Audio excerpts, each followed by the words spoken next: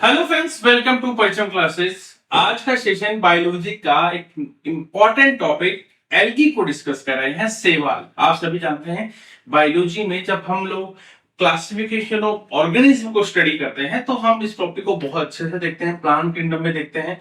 तो एल्गी आज का एक इंपॉर्टेंट टॉपिक है।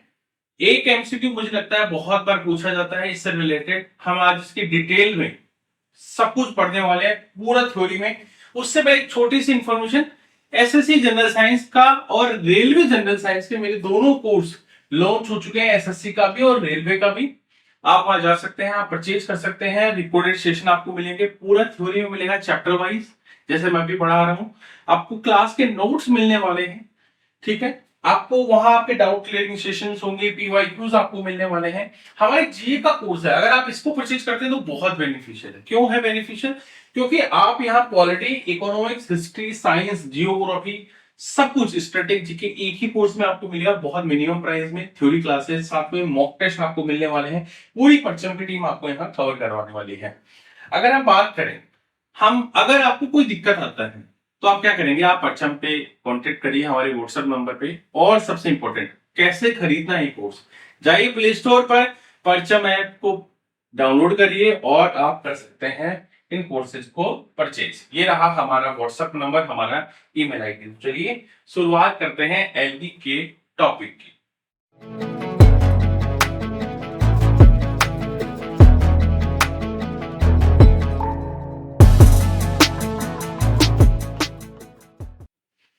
देखिए, अगर मैं एल्गी की बात करूं, एल्गी में हमारा जो फर्स्ट जो लाइन है वो क्या है, algae are the simplest autotrophic and aquatic organism of the plant kingdom.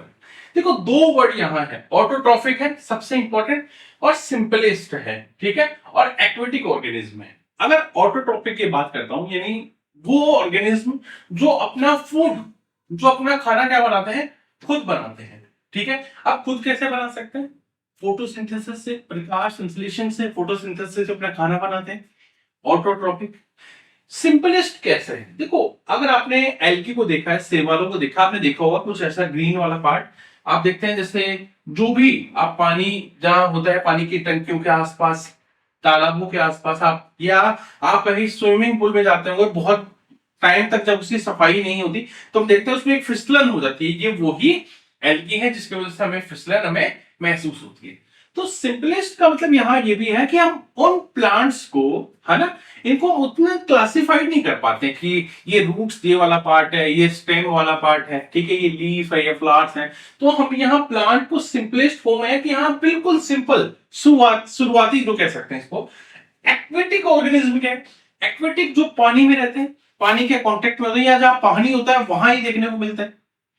ये एक सिंपलेस्ट प्लांट है। ये क्या करते हैं, अपने फूड के लिए, अपने खाने के लिए क्या करते हैं, फोटोसिंथेसिस करते हैं, प्रकाश संश्लेषण करते हैं। अब फोटोसिंथेसिस हो गई तो क्या होगी, ये अपना खाना खुद बनाएंगे। और खुद बनाएंगे तो जो खाना बना रहे हैं, जो फूड उन्होंने स्टोर किया है, वो किस फॉर्म में स्टोर करते हैं? तो फॉर्म है स्टार्च। तो बहुत इंपॉर्टेंट है, यही तो एमसीक्यू है। देखो, एमसीक्यू में शायद उतना फ्लो नहीं बन पाता, मुझे लगता है थ्योरी बहुत इंपॉर्टेंट है।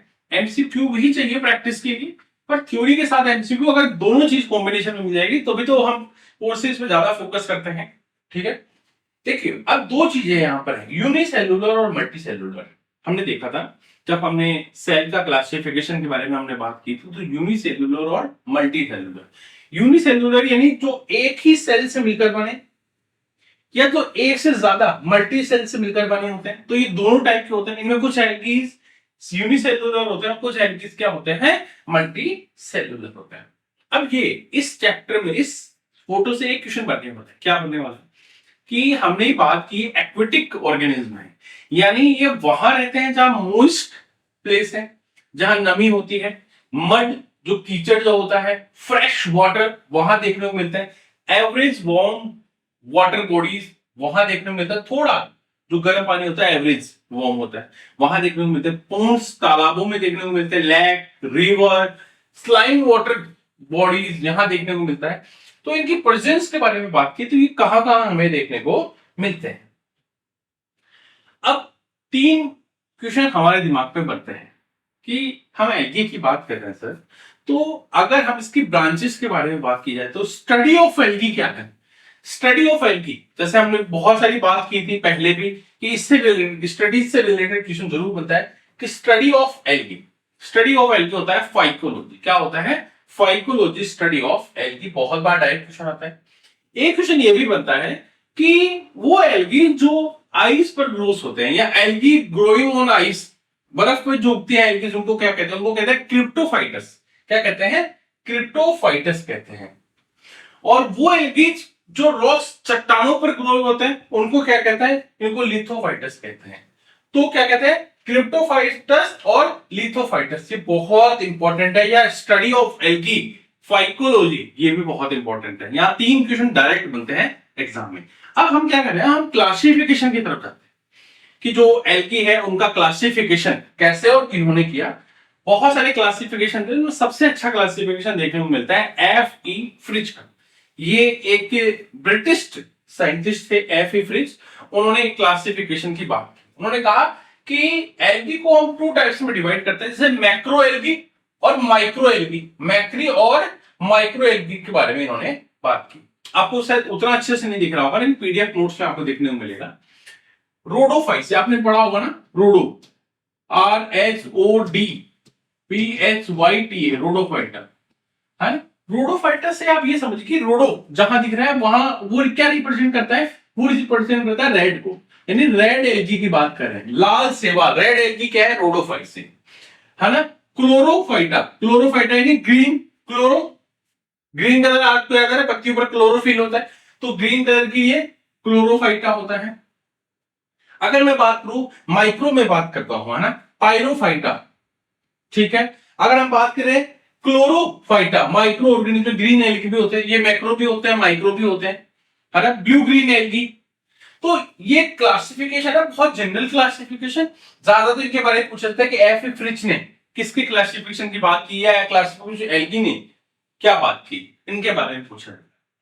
अब है कि एल्गी का क्या इकोनॉमिक बेनिफिट्स हैं, क्या इंडस्ट्रियल यूज है उनके, क्या एग्रीकल्चर में उनका यूज है, क्या मेडिसिन में उनका यूज है, और क्या एल्गी हमारे लिए प्रॉब्लम्स भी हैं, क्या ये हमें नुकसान पहुंचाते हैं। इन सारी चीजों को हम लोग 1 to 1 करके डिस्कस करेंगे। तो economic benefits of algae. Algae, algae में एक्चुअल में कार्बोहाइड्रेट्स होते हैं, इनमें ऑर्गेनिक सब्सटेंस होते हैं, इनमें विटामिन होते हैं, जैसे vitamin A, vitamin C, vitamin D, vitamin E प्रचुर मात्रा में होता है। तो carbohydrates, inorganic substance, vitamin A, D, E K, ये क्या पाया जाता है? प्रचुर मात्रा में किसमें पाया जाता है? एल्गी सेवालों में पाया जाता है।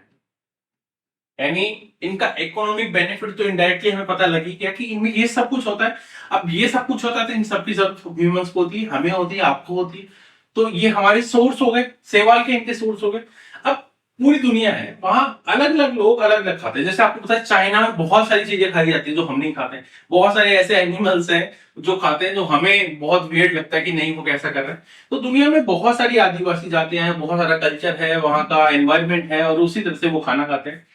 तो जापान में पोर फाइदा, है ना, जापान में पोर फाइदा और अल्वा, 2 एल्गी खाते हैं। कौन से? पोर फाइदा और अल्वा। इनको खाने में काम लेता है, ये एल्गी है, एक तरह से ये प्लांट ही तो है, ठीक है। इनको खाने में लोग यूज लेते हैं।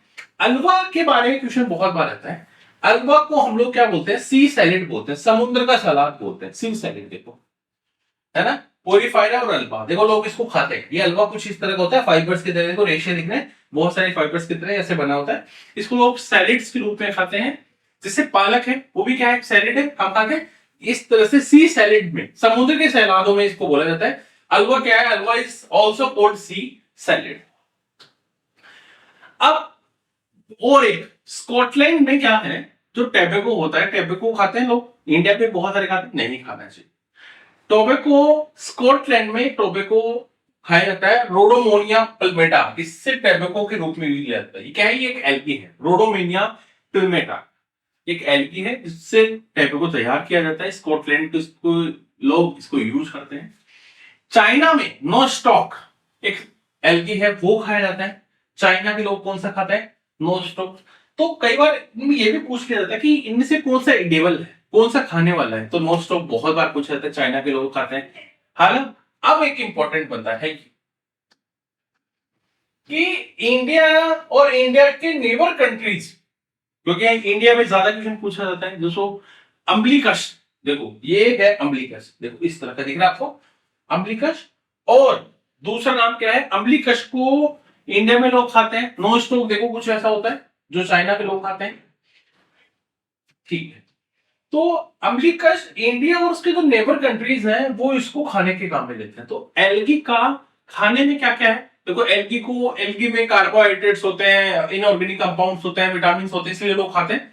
तो कौन कौन से एल्गी खाते हैं? जैसे जापान में मतलब मैंने बताया पोरफायरा और अलवा खाते हैं। अलवा एक सैलिड्स है ना। रोडोमोनियम पल्मेटा को खाया जाता है स्कॉटलैंड में, टेबेको के रूप में। नो स्टॉक को चाइना में खाते हैं। अम्बलिकश इंडिया उसके नेबर कंट्रीज खाते हैं। इंडस्ट्रियल पर्पज क्या है एल्गी का? हम लोग फूड में तो नहीं है, इकोनॉमिक बेनिफिट हमें मिल रहा है। इंडस्ट्रियल यूज क्या है एल्गी का? तो एलिसन जो है एक जो सब्सटेंस है वो शैवाल से ही प्राप्त किया जाता है। ये क्या काम आता है इसका? एलिजन, ध्यान रखना एलिजन बहुत इंपॉर्टेंट है। ये एलिजन किससे मिलता है? ये हमें एल्गी से ही मिलता है, which is important in vulcanisation, rollers of typewriters, जो टाइपराइटर्स होते हैं उनके रोलर में, and manufacturing of non flammable films, इनमें काम आता है। देखो वल्कनाइजेशन टाइपराइटर्स के रोलर्स में और नॉन फ्लेमेबल फ्लेम्स में, है। तो इसका इंडस्ट्रियल पर्पज हमें समझ में आ गया। इंडस्ट्रियल यूज बहुत बार पूछा जाता है। तो एलिजन क्या है? एलिजन एक एल्गी है। एलिजन या ऐसे पूछ ले सकते हैं कि टाइपराइटर्स के रोलर्स में किस एल्गी का यूज होता है? तो एलिजन एल्गी का यूज होता है ना। सरगा, है ना, सरगामसम एक एल्गी है। कौन सा? सरगामसम एल्गी, ये रहा, बहुत इंपॉर्टेंट है सरगामसम। सरगासम, ये देखो कुछ इस तरह से दिखता है, ऐसे दिख रहा है जैसे ग्रेप्स लगे हैं, है ना, जैसे अंगूर लगे हैं उस इस तरह से। आपको शायद उतना क्लियर नहीं दिख रहा, लेकिन छोटे छोटे यहाँ, है ना, अंगूर की तरह, जो ग्रेप्स की तरह के उस तरह से इसमें लगे हैं, और एक ऐसे एक दूसरे से बहुत ज्यादा जुड़े हैं। ये जो सागासम है ये एक एल्गी है, और इसका यूज हम लोग सिंथेटिक वूल जो होती है वो बनाने में करते हैं। Synthetic wool is made in Japan from algae called sargassum, है ना। तो ये पूछा जा सकता है। एक कॉस्मेटिक, जैसे आपने सुना है ना कॉस्मेटिक प्रोडक्ट होते हैं, जैसे शैम्पू भी होता है, या शू पॉलिश, जूते पे जो पॉलिश की जाती है, उनमें एक एल्गी का यूज किया जाता है, जो कैराबोनिन जो बनता है। क्या बनता है इसमें? देखो कैराबोनिन, ध्यान रखना, जो क्रांडस क्रिप्सम नामक एक एल्गी है। क्या नाम है उसका? उस एल्गी का नाम क्या है? क्रोंडस क्रिस्पस। ये जो एल्गी है वो क्या है? वो एक कैरोबोनिन सब्सटेंस बनाता है। कौन सा सब्सटेंस बनाता है? कैरोबोनिन। ये सब्सटेंस क्या करता है, किस काम आता है? ये कॉस्मेटिक प्रोडक्ट्स में बनाने में काम आता है ना, जैसे शैम्पू है या शू पॉलिश है, इनमें बनाने में काम आता है। एक नाम और बहुत फेमस है, जैसे ब्रोमीन एसिड का नाम सुना है, एसीटोन, ब्रोमीन एसिड, आयोडीन, इन सब को बनाने के लिए भी एक एल्गी का यूज होता है। वो एल्गी क्या है? लेमिनेरिया या फ्यूकस। लेमिनेरिया और फ्यूकस दो एल्गी हैं, ध्यान रखना, बहुत इंपॉर्टेंट है। अब आप कहोगे कि सर ये तो याद करना पड़ेगा, कोई सॉल्यूशन नहीं दुनिया में, कोई याद नहीं कर सकता, ये सिर्फ आपका हार्ड वर्क है, आपको इसको याद करना है, मेहनत करनी पड़ेगी तब आपको याद होगा। लेमिनेरिया फ्यूकर, देखो ऐसा नहीं हो सकता कि आप 15 मिनट की या 30 मिनट की क्लास पढ़े या 10 से 15 मिनट घर जाकर पढ़े और आपको याद हो जाए। ऐसा पॉसिबल होता तो दुनिया में आप सारी किताबें पढ़ चुके थे। सालों से क्यों लगे? रिपीटेशन, रिवीजन, स्मार्ट स्टडी, कितना फोकस कंसंट्रेशन से आप पढ़ रहे हैं, उन सब चीजों पे डिपेंड करता है। लेमिनेरिया फ्यूकस जो है ये दोनों एल्कीज हैं, इनका यूज हम लोग आयोडीन, ब्रोमिनिक एसिड, एसीटोन, ये सब बनाने में किया जाता है। एक बहुत इंपॉर्टेंट है, अगर ये क्या है? देखो ये एक तरह का जो ये सब्सटेंस हमें होता है, अगर ये रेड एल्गी यानी रोडोफाइसी की बात करें, रोडोफाइटस क्या है? रोडोफाइटस लाल सेवाल, रेड एल्गी जिसको बोलते हैं। अगर ऑब्टेन फ्रॉम रेड एल्गी, बिल्कुल सही। इसका यूज कहां होता है? Which is use in laboratories in plant culture, jelly बनाने में, आइसक्रीम इंडस्ट्री में इसका यूज होता है। This material is use in making heat proof, sound proof और synthetic fibre, leather, soap, sauce, इन सबको बनाने में किया जाता है। अब ध्यान रखना, तीन चीजें यहां मैंने बात की अगर अगर तो पता लगे कहां से होता है, रेड एल्गी से होता है, क्या काम आता है पता लगे, लेबोरेटरीज में, प्लांट कल्चर में काम आता है, जेल बनाने में काम आता है, आइसक्रीम में काम आता है, इसका पर्पज भी पता लग गया। और ये heat proof, sound proof, synthetic fibre बनाने में काम आता है। This substance is obtain from algae called, इस एल्गी को क्या कहते हैं? प्रेसिलेरिया और जेलेंडियम। प्रेसिलेरिया और जेलेंडियम दोनों। जेलेंडियम क्या है? JELADIUM, ठीक है, वो दिख नहीं रहा होगा आपको इसकी वजह से, ये रहा। तो ये किससे प्राप्त होता है? जो साउंड प्रूफ है या हीट प्रूफ है, सिंथेटिक फाइबर, ये जो एल्गी होता है उस एल्गी का नाम क्या है? उस एल्गी का नाम है जेलेडियम या प्रेसिलेरिया। प्रेसिलेरिया और जेलेडियम, ये दो आपको देखने को मिलते हैं। हमने इंडस्ट्रियल पर्पस देखा, इकोनॉमिक बेनिफिट्स देखे, उसके बाद हम एग्रीकल्चर यूज में आते हैं। देखो, एक थोड़ी देर पहले बात की थी nostoc. Nostoc China में लोग खाने के काम में लेते हैं। चाइना नाम आते हैं, देखो ऐसे होता है डिवीजन, जैसे दिमाग में आता है बात करिए। एनाबिना, ये दूसरा नाम एनाबिना। नो स्टॉक का तो नाम हमने सुना, एक एनाबिना, दो एल्गीज है ना। ये क्या करते हैं? ये नाइट्रोजन फिक्सेशन का काम करते हैं, हर फिक्स करने का, नाइट्रोजन की फिक्सेशन का, नाइट्रोजन के स्टे करने का काम करते हैं वातावरण में, ठीक है। Algae like no stock, Anabaena, et cetera fix nitrogen of the atmosphere. जो एनाबिना है, नो स्टॉक है, वो जो शैवाल होते हैं ये दोनों, ये वायुमंडल में, हमारे एटमोस्फेयर में नाइट्रोजन के स्थिरीकरण को कंट्रोल करते हैं। इस प्रोसेस में ये बैक्टीरिया है ना, ये पार्टिसिपेट करते हैं, बैक्टीरिया भी इसमें करते हैं। देखो एल्गी है, एल्गी आ गए, इस प्रोसेस में बैक्टीरिया भी साथ में आ गए, तो एल्गी प्लस बैक्टीरिया यहाँ काम कर रहे हैं। और कुछ एल्गी हम लोग किस में काम में लेते हैं? कुछ एल्गीज को हम लोग मैन्यूर, खाद के रूप में काम लेते हैं एग्रीकल्चर में। जैसे खाद जो घेरा जाता है उसमें ये खाद का भी काम करता है। ब्लू ग्रीन एल्गी आप जानते हैं, ब्लू ग्रीन एल्गी का क्या काम होता है? ब्लू ग्रीन एल्गी क्या करते हैं? ये वेस्टलैंड्स है ना, उपजाऊ बनाए रखते हैं भूमि को, ताकि ज्यादा से अच्छी सी फसल की जा सके ब्लू ग्रीन एल्गी के द्वारा। और ये ब्लू ग्रीन एल्गी कौन सा है? Nostoc. तो नो स्टॉक बहुत इंपॉर्टेंट है, खाने में काम आता है, एग्रीकल्चर इंडस्ट्रियल पर्पज भी है इसका। Blue green algae also used to make the wasteland fertilised land. पता लग गया? ये होता है ब्लू ग्रीन एल्गी, नीले हरी शैवाल, जो हमें सब तालाबों पे, पोन्ड्स पे है ना, या मड में हमें बहुत ज्यादा दिखता है ग्रीन कलर का। आपने देखा होगा बहुत बड़े तालाब जो बहुत ज्यादा पुराने हो जाते हैं, वहां कुछ तरह की एक लेयर, ग्रीन लेयर बन जाती है। ये क्या है? ये ब्लू ग्रीन एल्गी है। ये वेस्टलैंड्स को फर्टिलाइज करते हैं, भूमि को उपजाऊ बनाने का काम करते हैं। अब आता है मेडिसिन का purpose, medicine use of algae. अच्छा, आपने एक नाम सुना है क्लोरेला? सुना है क्लोरेला? क्लोरिलीन नामक जो एंटीबायोटिक है, कौन सी एंटीबायोटिक? कोल क्लोरिलीन, एल्गी कोल क्लोरेला। क्लोरेला नामक शैवाल से होता है। क्लोरेला एक क्या है? एल्गी है, और इससे एक एंटीबायोटिक बनती है, वो कौन सी? क्लोरिलीन। ये है एंटीबायोटिक, एंटीबायोटिक। और ये क्या है? उस एल्गी का नाम जिससे बनती है, ठीक है। ये ग्रेम पॉजिटिव और ग्रेम नेगेटिव दोनों से हमें रक्षा करती है, उन बैक्टीरिया से, उन जीवाणु से हमें रक्षा करती है। कारा एंड नोर्टेला, कारा एंड नोर्टेला जो एल्गीज हैं, वो मलेरिया में हमारी हेल्प करते हैं। मोस्ट इंपोर्टेंट, बहुत ज्यादा एग्जाम में पूछा जाता है, मोस्ट इंपोर्टेंट, कारा और नोर्टेला एल्गी का मलेरिया की ट्रीटमेंट में बहुत ज्यादा यूज होता है। मलेरिया के ट्रीटमेंट में इसमें बहुत ज्यादा यूज देखने को मिलता है। अब बात करते हैं हमें एल्गी से नुकसान क्या है। तो ये सबसे बड़ा नुकसान क्या है एल्गी से? आप चल रहे हो, पानी के आसपास पानी पीने गए, फिसलन, सबसे बड़ा नुकसान तो यही है ना। फिसलन बहुत ज्यादा हो जाती है एल्गी से, इसलिए भी ये बहुत ज्यादा हमें नुकसान पहुंचाते हैं। सिंपल सी बात है, ये तो पहुंचाते ही। बाद में अगर मैं बात करूं तो एल्गी, एल्कम ब्लू और एल्गी प्रोफोटा, ध्यान रखना, एल्गी एल्गम ब्लूम, एल्गम ब्लूम, ठीक है।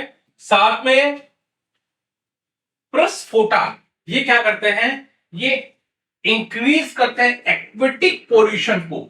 देखो एक तो होता है वायु प्रदूषण, एक होता है जल प्रदूषण। तो पानी में क्या करते हैं, पोल्यूशन बनाते हैं। अब पानी में पोल्यूशन होगा तो क्या होगा, फिश, मछलियां संकट में आ जाएंगी, मर जाएंगी फिशेस, इनका जीवन खतरे में आ जाएगा, ये गलत काम है। तो एक नुकसान तो हमें ये हो गया, फिसलन वाला मैंने आपको बता दिया। और एक एल्गी, जब आपने टी पीते हैं, चाय जो पीते हैं, उसमें रेड रस्ट ऑफ टी होता है। कौन सा रोग होता है, रेड रस्ट ऑफ टी। चाय के प्लांट में रेड रस्ट भी, या जिसको हिंदी में लाल किट रोग बोलते हैं, वो एक एल्गी की वजह से होता है। उस एल्गी का नाम क्या है, सेफेल्यूरास, सेफेल्यूरास है, CEPHALERUROUS, सेफेल्यूरास। सेफेल्यूरास क्या है, रेड रस्ट ऑफ टी के लिए रिस्पॉन्सिबल एल्गी है, ठीक है। अब दूसरा सेवाल, बारिश जब ग्रीन लेयर बन जाती है, ठीक है, उससे फिसलन हो जाती है, फिसल जाते हैं। एक लेयर से जो जल में रहने वाले पॉन्ड, छोटे छोटे रिवर, उनमें जो जीव है, फिशेस है, उनके लिए खतरा बन जाते हैं। तो एक तो क्या हुआ है, एक तो एक्वेटिक है ना, इंक्रीज एक्वेटिक पॉल्यूशन को करते हैं, फिशेस वगैरह के लिए नुकसानदायक होती है, ठीक है। तो एल्गम ब्लू और फ्रस्फोटा, ये दो एल्गीज का नाम देखते हैं, है ना। सेफेल्यूरास, ये रेड रस्ट ऑफ टी के लिए रिस्पॉन्सिबल है, फिसलन हो जाती है ग्रीन एल्गीज की वजह से लगातार पानी बहने से। तो आज के सेशन में हमने बहुत सारी चीजों की स्टडी किया। सबसे पहले हमने देखा कि एल्गीज, उनके नेचर क्या है, वो एक्वेटिक प्लांट होते हैं, सिंपलेस्ट प्लांट होते हैं, ये अपनी फूड बनाते हैं, ऑटोट्रोपिक है, इसका मतलब फूड बनाने का काम करते हैं, फूड ऑटोट्रोपिक है, ये अपने फूड को स्टार्च के फॉर्म में स्टोर करता है। एक्वेटिक है, यूनिसेलुलर भी और मल्टीसेलुलर भी, दोनों तरह के होते हैं। ये जहां रहते हैं जहां पानी ज्यादा है, फिसलन ज्यादा है, नमी ज्यादा है, वहां मोइस्ट वाले एरिया में रहते हैं। ये अगर हम इनकी स्टडी ऑफ एल्गी की बात करते हैं, फाइकोलॉजी, स्टडी ऑफ एल्गी, जो एल्गी ग्रो करते हैं आइस पे, उनको क्रिप्टोफाइटस, जो रॉक्स पे चट्टानों करते हैं, लिथोफाइटस।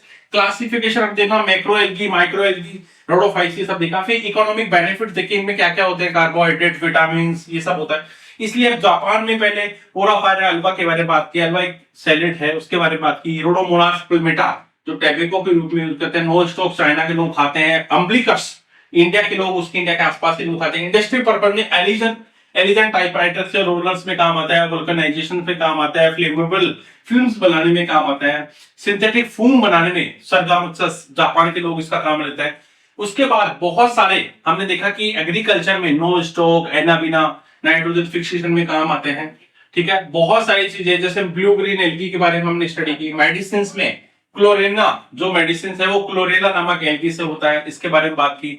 हमने देखा कोरा और नाइट्रेला जो है वो मलेरिया में काम आने वाली है, इससे जो दिक्कत थी, एल्गी से जो हार्म से हानि है, उनके बारे में बात की। एल्गम ब्लूम के बारे में बात की, प्रोस्फोटा के बारे में बात की, सेफेलुरास के बारे में बात की, है ना। इन सब के बारे में देखा और बहुत अच्छा सेशन रहा। अगर आपको सेशन पसंद आ रहा है तो वीडियो को लाइक करिए। ऐसे ही मैं आपके लिए नई नई वीडियोस लाता रहूंगा। देखिए, फोकस करिए, एसएससी की एग्जाम सब कंटिन्यू है इस साल। अगर आपको वैकेंसी नहीं, बहुत सारी, रेलवे की भी एनटीपीसी आने वाली है, आरपीएफ आ गई है, एलपीएफ भी इंक्रीज हो गई है, मुझे लगता है डी ग्रुप भी आ जाएगी। तो एक पूरा ये साल आपके लिए वैकेंसी से भरा है। थोड़ा सा आप चाहते हैं तो कोर्सेज परचेज करिए, वहां आपको एक जगह सब कुछ मिल जाएगा, तो फ्री सब कुछ है। यूट्यूब पे आप देखोगे बहुत सिस्टमेटिक, आप उतना टाइम खोजने में लगा देंगे, उतने में आपको एक जगह प्लेटफॉर्म सब कुछ मिल जाएगा। रेगुलर बेसिस पे सारी क्लासेस देखते रहे। Thank you everyone, bye bye, take care.